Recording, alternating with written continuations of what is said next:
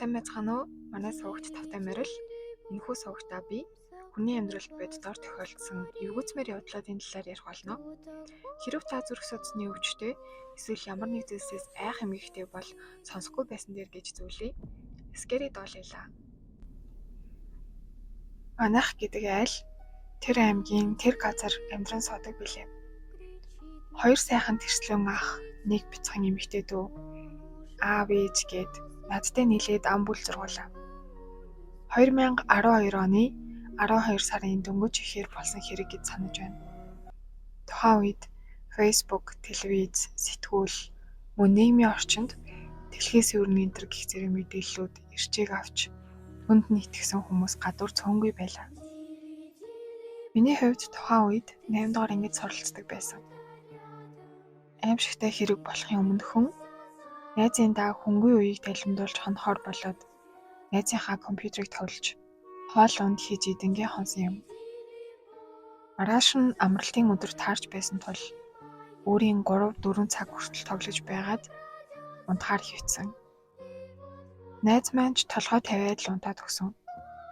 Би ч угаасаа унтах гэж юм бодоод унтаж чаддгүй хүн юм болохоор юм бодож хөвтөж байгаад нэг мэдсэн зүйлээд эхэлсэн. Найзын даа өдрийн цагаар тоглож байгаад найл ороод би засаж байсан чинь усанд ордог вананд оросон нэг тийм тохойн чинээ биетэй битүү хар үстэй хав хар бүрий хий жижигхэн юмтан гарч ирээд намайг хараад сууж байсан. Би ч их хайсандаа хойшоо хаалгыг нь наалт сууж байгаад шалны модыг нь навч үзүүрээр нь түлхэж үзтэл чамд идэх юм байна уу гэж надаас асуусан. Би ч байхгүй гэж хэлчихэд андаа хүрээд иртээ гэд найзаагаа дуудсан. Найз орж ирэхээр нь андаа нэг хартаа ямар сонио амтан бэ гэхэд манай найз өө наа чи манай гэрийн бууг штий. Манайхыг хамгаалдаг штий андаа. Манайд байнгын байж идэг энтер гэд хэлэхэд нь аа тийм үү. Гэрийн бууг гэж ийм амтан байдаг юм уу гэх зэрэгээр ярилцаж байгаад генет дүрс шилжээд манай найз бид хоёр гэрт нь кейборд, маус хоёрыг нь хайж эхэлсэн. Найзын аав ээж хоёр ажилдаа явахдаа кейборд, маус хоёрыг нь заримдаа нуугаад явчихдаг. Найз маань хитрхи их тоглоод байдаг юм шиг байна. Тэгсэн ханны хевсний араар хийсэн байсныг нөгөө гэрийн бүг олцоход чи надад нэг амьсаа өгчих. Тэгвэл би чамайг олсон гэд найз чинь хэлий. Гэхэр нь амьсаа өгөөд гол зүйлээ олсон баатар болж төрүүлж тоглохын хүслэн болоод сууж байна гэж зүүдэлж агаад өглөө 10 цагийн үед сэрсэн. Тэгээд ямар сонин зүүдлэг дээ гэж бодоод 12 цагийн үед гэртээ харах гээд өрөөсөн амьсаа хайгаад олсонгүй. Бүр яаж ч хайсан олоогүй. Тэгээд нэг гутландаа амьсгүй тэднийхээс гарч яваад л гэртээ ирсэн дээ. Тухайн үед л тэр амьс маань цагсны 10 жилийн хүүхдүүдийн дунд модонд ордог. Бас их хүнтэйдээ ордог гэдэл ээж маань авчирч өгч байсан болохоор хайран санагдаад болдоггүй. За тэгээд тэр зүүд амьсч хэдхэн хоноод мартагдаж сар гаруй хугацаа өнгөрсөн байсан. Хоёр ахын том нь цэрэгт явж халагдаж ирсний дараа баган зөрөөд цэрэгт мортож ирчгээд 2 сар гарan болж байсан үе л дээ. Ажилд өрөл хайж байна гэх нэрээр хоёр ах шөнө өрөө ирдэг. Заримдаа ирж хондоггүй архитар сентер уугаад хаа нэг нүүр ам хөл гарна хөрчгдөг байсан үе л дээ. Манайх хашаа байшинд амьдардаг. 2 өрөөтэй айл. Тэр харамсалтай явдал болдог шөнө хоёр ах маань 12 цагийн үед орж ирээд өрөөнд шивнэлдээд л нэг том пив уугаад нэгнийгээ загнаад яах гэж тэгсэн. Гэтэ одоо өнгөрсөн дөө энтер гэдэл шивнээд байсан. Аав ээж охин дүү гурав нөгөө өрөөнд орон дээр нам унтаж байсан. Би ч худлаа унтаж байгаа дүр эсгээд яриаг нь сонсож байж байгаад унтаад өгсөн. Тэгээд л дахиад зүүдэлж эхэлсэн. Найзын гэрийн гадаах цагсны талбай дээр тоглож байсан чинь найз маань 3 давхрын цонхон дээрээсээ андаа хурдан ороод ир гээд л урилаад харна. Гүүгээд орсон чинь намайг нөгөө гэрийн бог гэдэг амьтан нь хурдан гэлүүгээ гүй гэсэн инээ. Найз тэгээд л хурдан яваа гэдлээсэн. Би заа гээд гарах гэсэн нөгөө амьтан амар ханан дээгүүр гүйж ирснээ. Миний алга болгодог амьсыг надад өгөөд наадхаа өмсөд хурдан гүй гэдлээсэн. Тэгээд би зүуднээсээс ирсэн. Гэрт хав харахгүй. Гэхдээ багахан зүйл харагдаж байсан.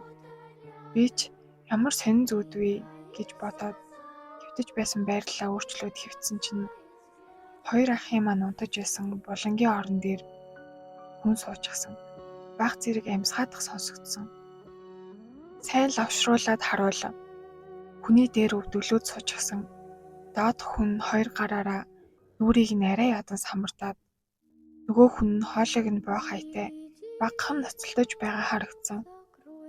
Би ч ихэндээ хоёр ах хоорондоо тоглоод байгаа юм бах та гэж хэдхэн секунд бодоод нөгөө орлоо нь жоохон өнгийгөөд харсан чинь нэг хүнийх нь гар нь унжчихсан байхаар нь энэ хоёроос гадна дахиад өөр хүн байгаа юм шүү гэж бодогдоод хэдхэн секунд харж байснаа нөгөө хүн дөнгөж алхуурхан босготой зэрэгцээд би шууд л хүнжлнөөсөө босоод ааваа гэд орилоод өрөөрөө нь гүйчихсэн. Аавч нойрмог яав гэхээр нь энд өөр хүн байна гэд хэлсэн. Аав шууд босож гэрлээ хасаагаад нөгөө өрөөлөө дөнгөж орсон чинь нэг ах шууд л өөдөөс нь дайрсан. Манай аав залуудаа сумын заан байсан болохоор хэсэг ноцолдож доороо хийж аваад хэд цохиод ухаан алдуулчихсан.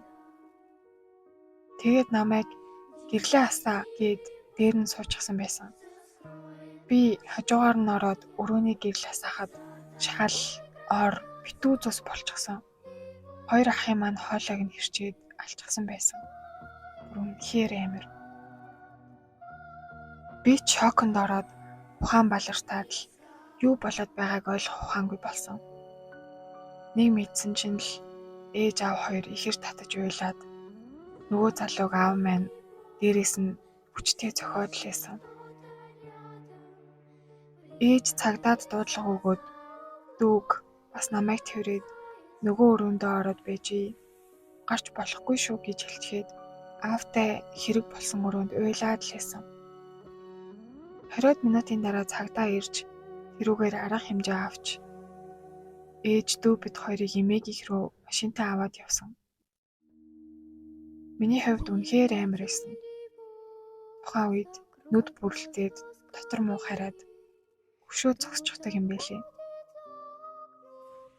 Ерөнхийдөө юу болсныг ойлгож байсан би эмээгиндээ уйлаад л эмээ намайг аргадаад л тэгээд л нөгөөдрөөс нь унан илэрсэн дээ. Хоёр ах маань сүүлийн үед их л баар сав хисэж архитаар суугаад бага ах маань нөхөртэй айлын их нэртэй унтаж хөвтөж яваад нөхөрт нь баригдаж зодолсон гэсэн. Нөхөр нь шороо оронгоор орж гарсан эвгүй ах найзуудтайгаа нийлж хээр авч гарч болно гэж хөхмөх ухаж айлгаж агаад явуулсан юм бэлээ. Тэр явдлаас 6-7 хоногийн дараа эхнэр нь бага ахыг маань сүүлийн удаа уулзаж ярилцъя гэж дуудсан юм байлээ. Тэгээд бага ах маань том ахыг хянтай яваад ирье гэж хамт яваад ойрхон харагдахаар зайтай хүлээлгэж байгаад харанхуй сааданд уулзсан юм шиг байна. Гай болж тэр эмэгтэй нөхөр нь яг мэдэж таарад ирж зодолдоод том ах гүйж очоод хоёлаа нийлж нилийн зодчоод цогтож аваад гэртээ орж ирсэн нь тэр шөнө.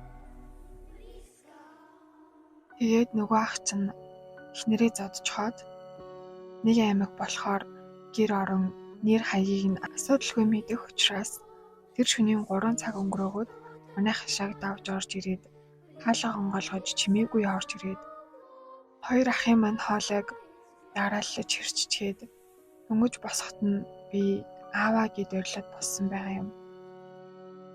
Аав минь тэр ахыг нам унгаач хаад Дээрээс нь цогсоор байгаад барьж орж ирсэн хутгаар нь цагдаа ирэхээс өмнөхөн зүрхэнд нь дүрээд алчсан гэсэн. Ингээд л манай гэр бүл суурсан юм да. Шүүх хурал болж манай аавд 13-4 жилийн ял төлөвлөж байсан гэсэн. Тухайн үед аргагүй хамгаалалт авсан ч гэсэн нүүрэн дэх гэмтэл нь үхгэлд хүрэх хэргүй гэмтэл байсан хүнийг санаатайгаар амь насныг нь хөнөөсөн гих зэрэг маш олон л юм болсон ээдрээтэй 5-6 жил үргэлжилсэн шүүх хурал болж аав маань 8 жил хаалттай хорих ангид ял авсан харамсалтай хэрэг болсон. Ээж маань түүнээс хойш олон жил эмтэрч шүн бүрэл уйлж хондог. Заримдаа тэр хүүхнийд очиж хэрүүл орол хийж цагдаа магдаа дээр очдог болсон. Хамгийн сонин нь тэр зүүд тэрнээс гадна 3-4 сарын дараа тэр өрөөсөн аймсаа гэрээ цэвэрлэж байгаад орны гудсан доороос нэлийн хуучирчсан хог татчихсан байхыг нь олсон. Хэсэг хугацаанд бодож байгаад эмээдээ хэлэн ч гэсэн олигтой хариулт авч чадаагүй. Миний бодлоор манай найзын гэрт байдаг тэр зүйл ядчил надад болон манай гэрийнхэнд туслахыг хичээсэн юм байна л гэж бодсон доо. Яг л алуурчин над руу ирэхийн өмнөхөн 30 секундын өмнө л би сэрсэн.